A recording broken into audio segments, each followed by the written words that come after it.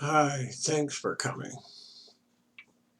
This is Valentine's Day, and so I thought I'd send a little love note with you, share a little love note with you.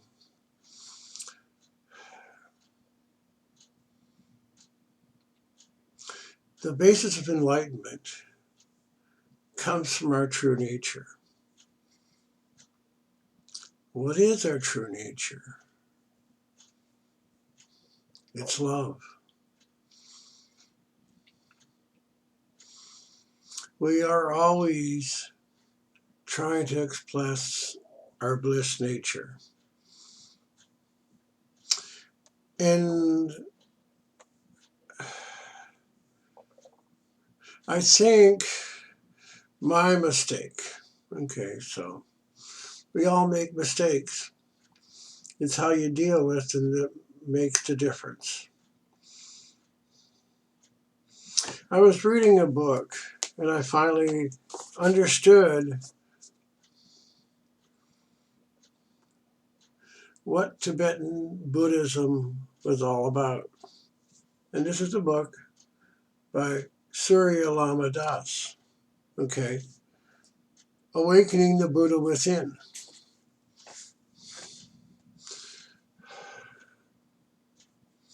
I always thought that I could explain to people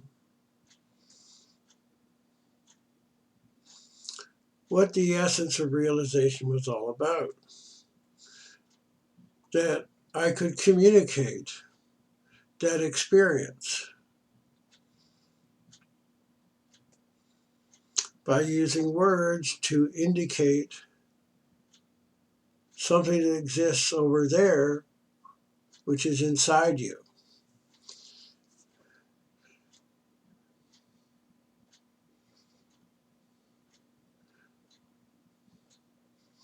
And by reading this book, I came to the realization of what was missing in that book. Because Tibetan Buddhism is all about how to manipulate the mind. So I'm busy reading this stuff here, and I got a wonderful joke for you. Do you want to hear it? Here it is.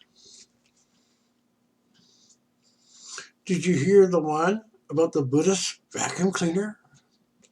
It comes with no attachments. How funny.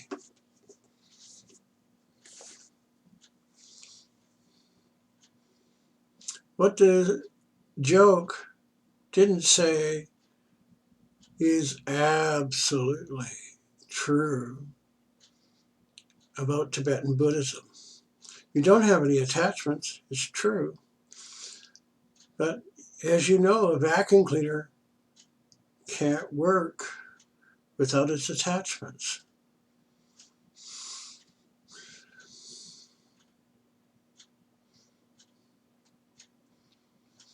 I've been repeating lately to people that you have to have attachments.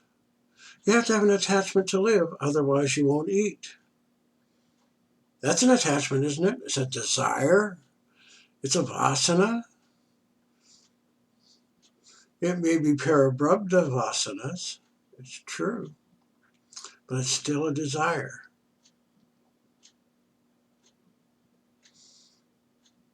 So what happens to the Buddhist statement that everything is suffering?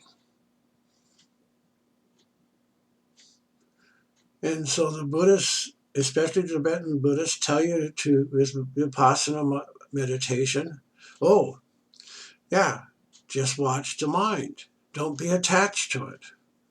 Well, okay, watch the mind. The mind is like a cyclone. It's going around sucking everything.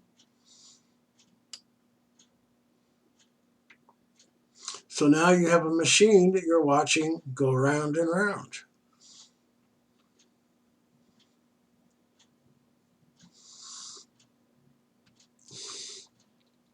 Let me ask you,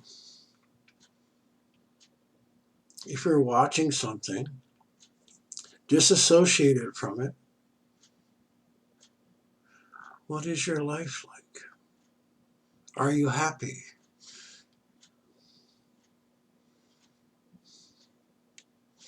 Now, it's very interesting. I'm reading this book, and he's talking about, wow, people that have been doing these practices seem to be happy. Well, the reason they seem to be happy is that they go beyond the teachings. And they say that. Well, okay.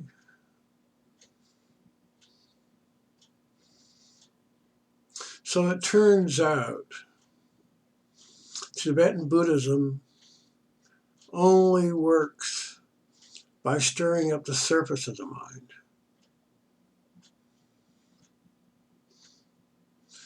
And so, I've been watching people come and go.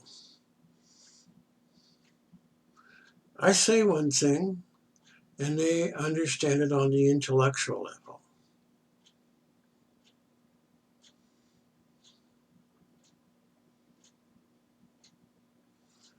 Self-realization is not an intellectual exercise alone. It's a very small part. If I had to say the percentages, 10% of realization is due to an intellectual understanding. The other 90% is attributable to an emotional understanding. I'll say it again. Realization is not a divorce from your emotions. It is just the opposite.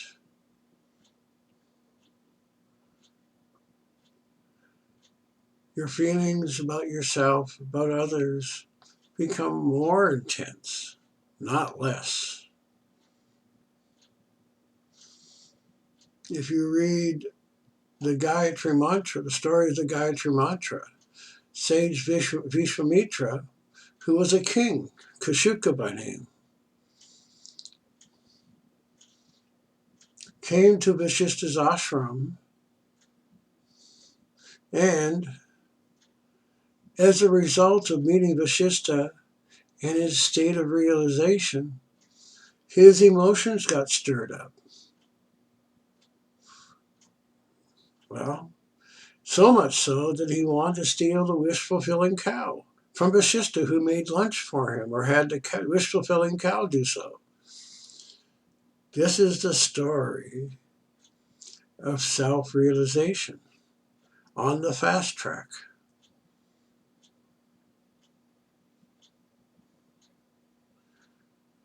This always happens to every spiritual teacher who's searching. Eventually, they come to the realization, oh, the Shakti is within me, is my emotions. Emotions about what? Emotions about everything. Who your family is, who your friends are, who your enemies. Okay? And one of the Tibetan practices is actually for people to come to a monastery, be there for a while to learn that they can go exhaust their karma. So they go off to these little huts where people bring them food every day. And they're doing their meditation practice to experience their past lives. Oh, to experience your past lives means to experience what? Your feelings, primarily. There is much, much more than people understand about the spiritual search for yourself and how it causes an upwelling of emotion. You see this very often in the Christian ministers. Jimmy Swaggart saying, I'm a sinner, I'm a sinner, I'm a sinner. The energy energizes him, and so now he has to go out and have an affair. Oh, thank God, I'm a sinner.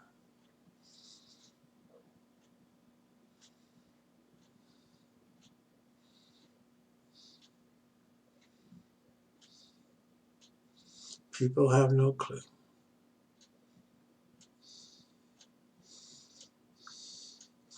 And, I contributed to it. I just didn't realize that I was. People make mistakes. So one of the things I'm going to do in the future is say,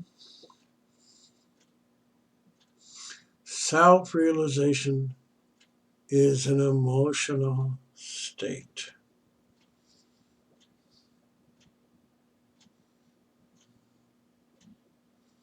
So sort of a heavy-handed way of saying Swami Shivananda's famous English mantra: do good, be good, love, serve, meditate, realize.